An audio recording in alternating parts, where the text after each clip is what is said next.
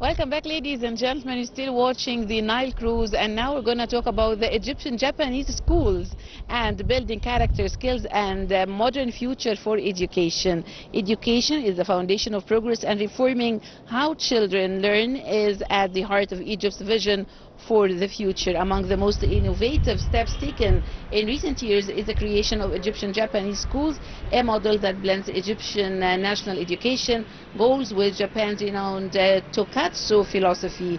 And to shed more light, we are delighted to have with us Dr. Ibrahim Tahawy. Yes. He is education expert. Thank you very much, Dr. Ibrahim, for joining us. Thank you. It's a pleasure. I'm really grateful to you. Thank you. Dr. Ibrahim, tell me more about the Egyptian Japanese schools in Egypt. Yeah, first of all, I'd like to appreciate the great efforts of the president himself, President Al-Sisi, because he was interested in making a protocol many years before. Because when he traveled to China, to Malaysia, to Japan, he said something very, very important I can't forget. When he was passing by a group of officials, okay, in one of the Chinese and the same time Japanese schools, he found that he was surprised that no student was attracted to him. So he was really surprised, President Al-Sisi himself. And he asked all the officials with him, what is the reason, what is the secret behind not attracting the attention? I'm a president, and you are all famous people or official persons. So why these students weren't attracted to me or you? He was surprised. They were only attracted to their teacher. He said that himself, Mr. President Abdel Fattah Sisi, in one of seminars. So he began to ask about the reason. So Dr. Tariq Shawi came firstly, and he began to say or declare her point of view or vision, and they said that the point here of attraction, there was a point of attraction. This was a secret between the students and their teacher, because he is not a teacher, he is not only lecturing, but he is educating. And all the time we say in my many sessions, many trainings, I said that there is a great difference between to be a teacher and to be an educator. To be a teacher, you are only teaching information, you are only conveying information. But to be an educator, you are teaching information, and at the same time you are invading the hearts and the minds of the students. It's very, very important. And this is my message from this respectable program to all teachers in front of me who are watching me now. It's very, very important, firstly, if you want to be an effective teacher, to invade the minds and the hearts of your students. If you manage to do something like that, everything will be okay. Because I say that because I found in many trainings as a trainer or certified trainer from the British Council that many teachers from the first time they are only concerned to finish the curriculum. That's okay. So no, this is not the message. Okay, we have a message of the education. So you have firstly to make ice breaking between you and the students, and at the same time to invade their hearts and minds, to talk about, to let them speak, express themselves and something like that. So here the Japanese schools were interested in that, in making responsible or creating new generation of students who are capable of challenging the future, capable of facing any obstacle, capable of solving any problem they may hinder or may face, their way or they may face. So here we have many criteria from the message of or the importance of making or establishing Japanese schools here in Egypt. And there are 11 in Egypt? 11? This year, 25, they established 11. That's right. Established 11 to reach by 2027 100 schools in Egypt. Oh, really? And the message here, or the moral lesson here, is not only to concentrate in Cairo Governorate or Giza Governorate, but over Egypt. Yeah, so all over Egypt. Okay, and so this year we found 11 schools in Zuhaq, for example, in Asr Al-Aini, in Sayyida Zainab, in North Sharqiya Governorate, so from North Egypt to Upper Egypt. Okay, this is the main concern of the Minister of Education, Mr. Muhammad Al-Latif. In the same time, the main concern of the President himself, because we found that as educators or as trainers, we found that in fact the Japanese schools succeeded here in Egypt, okay, by making projects and making the students for the first time to talk, to express themselves, and in fact I found a great style of education like STEM school. Dr. Ibrahim, one of the core features of EIS is the Tokatsu philosophy. For our audience, tell us more about the Tokatsu philosophy. Tokatsu is a Japanese word, means activities. Okay, so this is the secret of the Japanese educational system. Okay. You may be surprised if I told you, Excellency, that, and the great audience, our great audience, that we applied that many years before. When I was a student, for example, did we do that? You may ask me, did we do that before? Or is it a new thing? Or is it a new style or track of education? No, I'd like to say that or confess that for the first time in this respectable program that we did that many years before, but we didn't say Tokatsu. Or we didn't say activities, for example. So I can't forget that when our agriculture teacher took us, make groups to plant, for example, to plant seeds. This is a kind of activity. I can't forget my teacher of industrial teacher, for example, when he tried to teach us how to use a saw, how to use a hammer, okay, how to use a nail, how to make small things by wood and something like that. So this is a kind of activity. So Tokatsu here, we train the students or our students to talk, to express themselves, to make group work, pair work, to make something called, I call all the time in my training, flip the class. Okay, and you know that many years before the Ministry of Education tried or exerted great efforts to apply flip the class, which we say in my training sessions, it's called center the class, not center teacher, which we mean by that it's due time to let the students or give them the chance to speak, to express themselves, to work, to do, okay, especially kinetic or kinesthetic students, because here I'd like to send also a great message to all teachers who are watching us. We have to respect learning styles. Okay. I can't teach as a teacher all students in front of me 40 or 50 or 60 more or less, okay, by the same way. I have to classify them. It's very, very important to by respecting learning styles. This is visual, this is audible, this is kinesthetic. I have to invest everyone and put him in the suitable group. By making that, I'm going to manage the class. Because some of the teachers suffer from naughty students, for example, without or neglecting, without knowing or understanding their nature. They are kinetic or are kinesthetic. They want to move, they want to stand, they want, okay? I have to invest in them. By making what? You may ask me, what is the solution? I'd like to talk about solutions, not problems only. Solution here, once upon a time, I found a naughty student like that. I made him a spokesman of his group. Can you imagine? Okay. When I made this student, to give him self-confidence. Yeah, that's right. Give him self-confidence. Give him the chance or the allowance to speak, to express. He was a leader because he liked to be a leader, a showy character. Okay, I asked him to come in front of the session, in front of his students or trainees. In the same time, he began to think with them. He wanted to challenge them. He wanted to compete with them. So by making that, he said for the first time, and he didn't used to say before. So I have to classify the students in front of me by making project, pair work, group work, and letting them or giving them the chance to speak. Not to all the time like a parrot as a teacher or as an educator or as it's a kind of lecture. No, I don't want to be a lecture from one wing, one side. No, give them the chance, please. This is the one important methods or aims of Tokatsu. Dr. Ibrahim, parents are now applying from KG1 through grade 3. What makes this early stage of education particularly important for introducing the Japanese model? In fact, I'd like to appreciate also the great efforts of the Minister of Education, because this is suitable, okay, age. What applied, this happened in Japan, we also try to apply this. Why? Because you know, grade 1, 2, 3, okay, or early stage of primary stage or KG1, KG2, they like white sheet of paper. You can manage to draw, you can manage to write anything, you can manage to shape if you want, as it should be, okay, as you like. That's right. So it's very, very important to invest this stage, especially because they are the most suitable stage to teach, to create creativity, to create new generation who are going to change, their way of education, the style of education.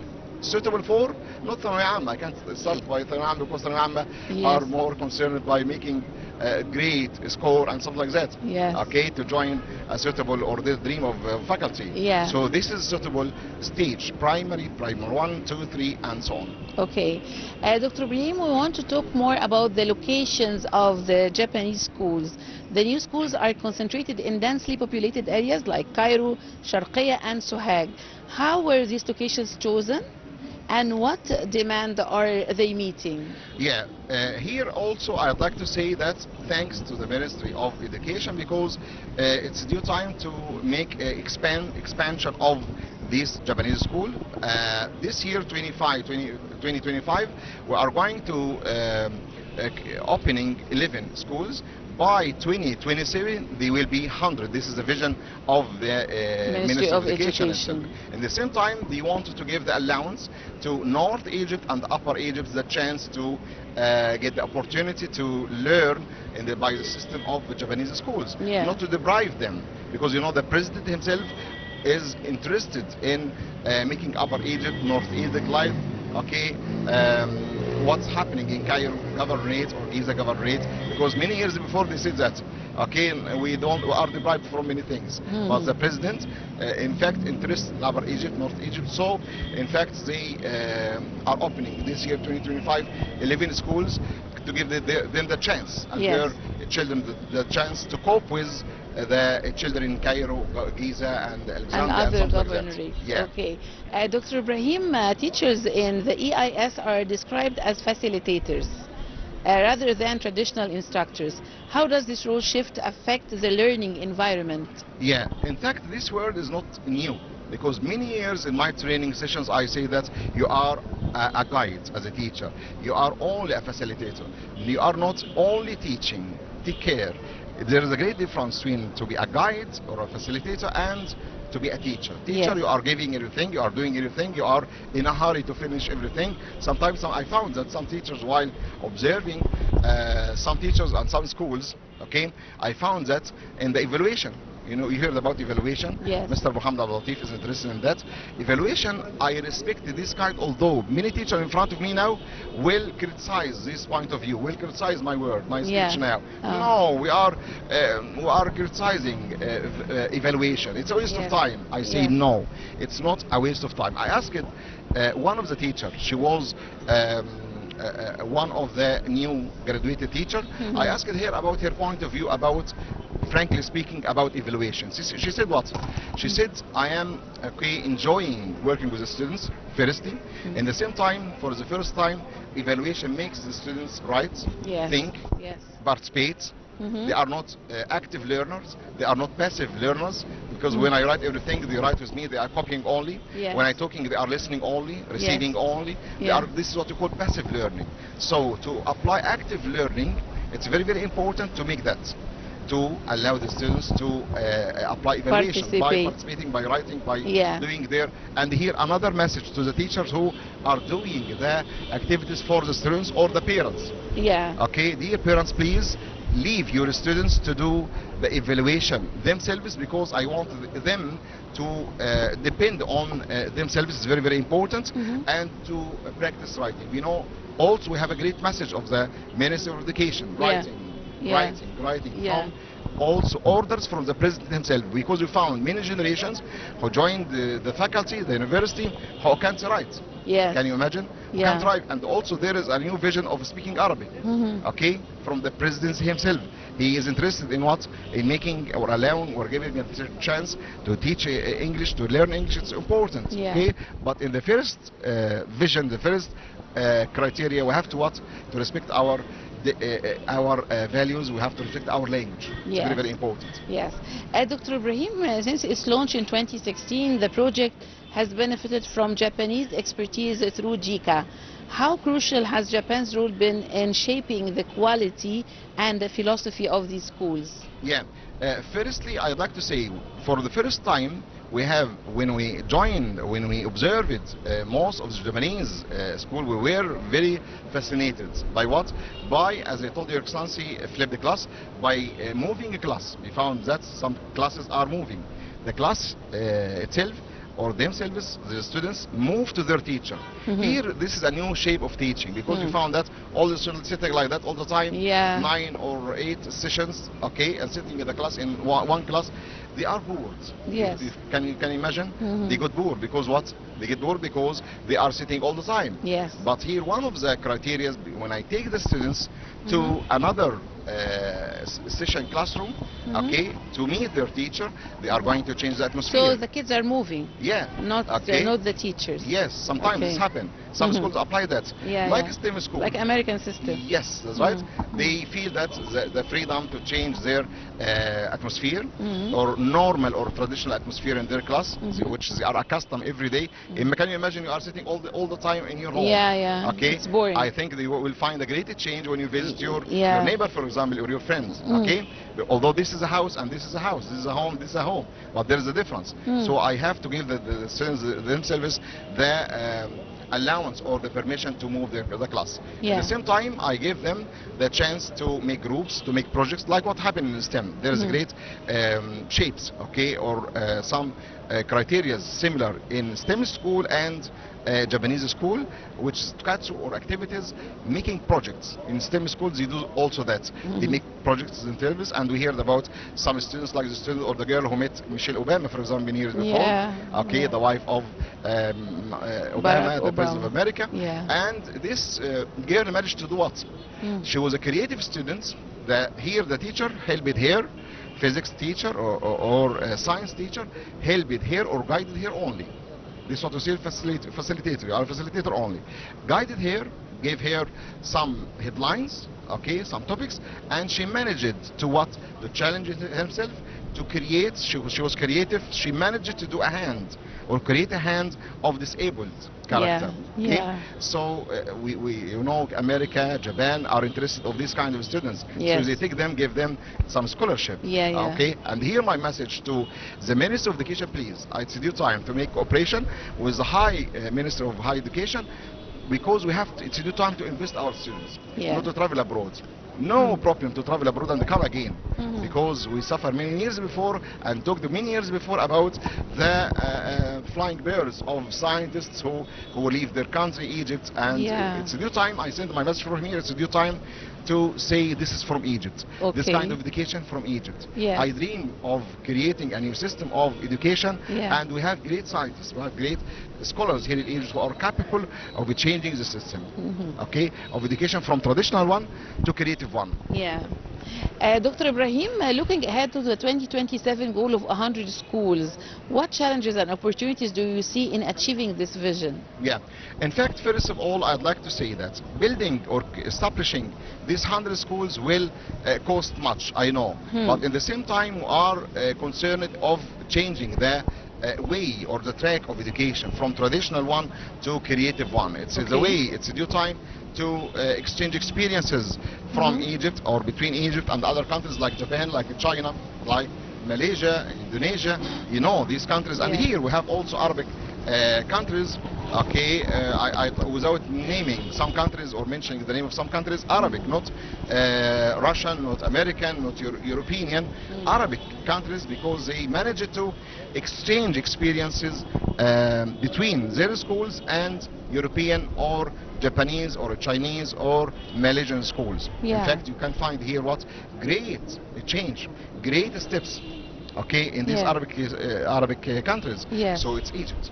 I say it's due time to make or create a system of Egyptian style of education, because we are pharaonic culture. We have to say, and here I'd like to send also a message to the Minister of Education. I hope that when I travel to KSA, for example, I found that they respect their culture by making A-level and O-level in English, for example. Okay? In A-level, they give them a respectable curriculum, A-level, sort of for advanced level or A-level, but respecting their nationality. That's right? Their culture. I hope that. Okay, and I found this year the president himself interested that guy in Tahawy Amma, for example. You may be surprised because he gave orders to make history, for example, okay, and religion, two important subjects in baccalaureate, the new system of baccalaureate instead of Tahawy Amma. History, main interest in history, and religion. Why? Because it's due time to create a new generation who knows their history, okay, I can say, for example, I am surprised sometimes, or get surprised, because when I talk with some foreigners, they know the history of Egypt, and when I ask the same questions, okay, with, for example, my students or Egyptian children, they don't know. They know Hatshepsut, for example, they know Karnak temples, they don't know many important things which are Egyptian. So I hope to give here a message, a new message to the Minister of Education, to make cooperation with the Ministry of Tourism. To travel to Luxor, to travel to Aswan, to travel to Alexandria, to know, or to let the children know their touristic places. Finally, Dr. Ibrahim, what message would you give to Egyptian parents considering enrolling their children in these Japanese schools, and about the long-term value of this educational experience? Here it's a great, in fact, responsibility for the parents. Firstly, to know, before joining, you have to know their parents, the criteria of the Japanese system. Okay, don't be surprised if you found something you are dreaming of, because here we are still developing, we are still changing, okay, step by step. And here I found a small obstacle, which is what? Which that although most of the teachers travel to Japan many years before, to take training? Yes, they took training, okay, but when they returned, they didn't make enough exchanging of experiences between them and their other teachers. Okay, and this is another way, this is my message, this is my view of point of view, that making training here will cost less money. That's right. Instead of making all the teachers, I can't do that as a Minister of Education. That's right. To make all the teachers travel to Japan. Why don't I give the allowance or the chance for these teachers who travel to Japan to make what? To share training. their experience. As a kind of sharing the experiences they took in Japan to their to their teacher. And the most important message is what? Is to apply. Try to apply in a practical way, please. Because sometimes I found that some teachers attended only the seminars or the sessions to take a certificate. Only. Without applying. They listen only, theoretically. Okay, without applying. I hope that. It's my message to teachers. The minister himself doesn't have a magic wand, for example. Practice. That's right. So please try to apply what you heard, what you learned in these sessions on your students. Okay, in an applicable way. Dr. Ibrahim Tahawy, the education expert, thank you very much for joining us I'm today. Really grateful. Thank you. Thank you, Dr. Ibrahim. Ladies and gentlemen, stay with us. We have more next after the break.